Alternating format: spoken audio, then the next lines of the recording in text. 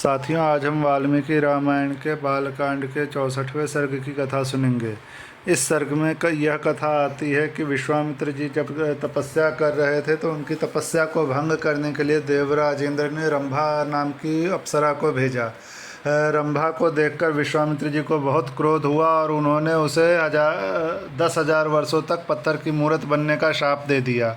इसके बाद उन्होंने तपस्या का संकल्प लेकर तपस्या प्रारंभ कर दी। तो चलिए अब 64वें सर्ग की कथा शुरू करते हैं। श्री सीतारामचंद्राभ्याम नमः। श्रीमद् वाल्मीकि रामायणम बालकांडम चतुष्षष्टितमः सर्गः। विश्वामित्र का रंभा को शाप देकर पुनः घोर तपस्या के लिए दीक्षा लेना।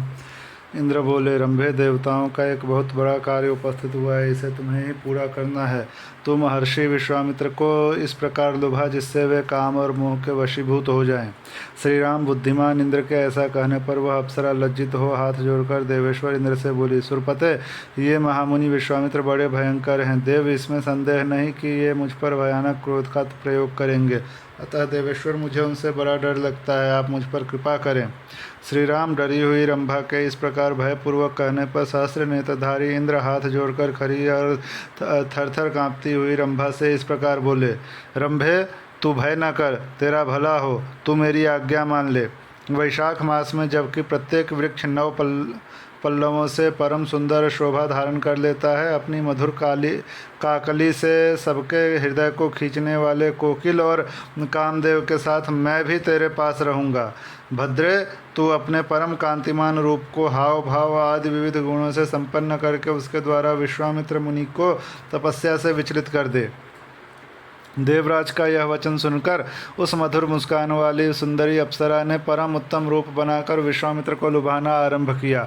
विश्वामित्र ने मीठी बोली बोलने वाले कोकिल की मधुर काकली सुनी।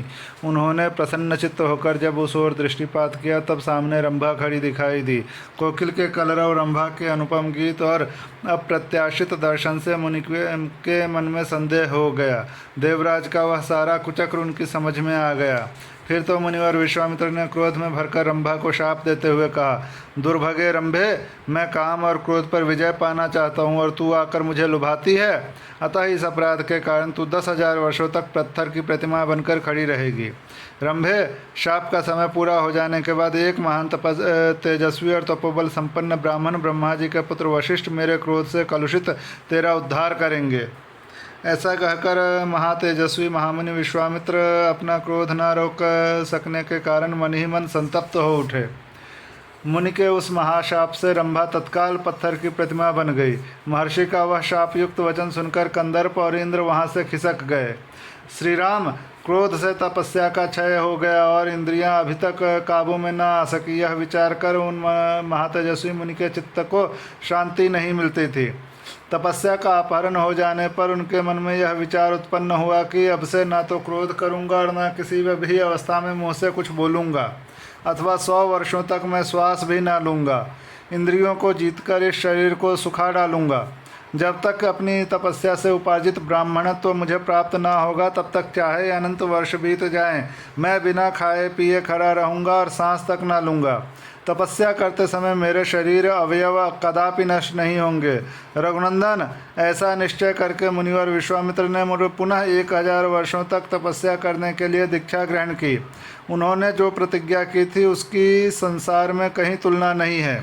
इस प्रकार श्री वाल्मीकि निर्मित आर्ष रामायण आदि काव्य के बालकांड में 64वां सर्ग पूरा हुआ।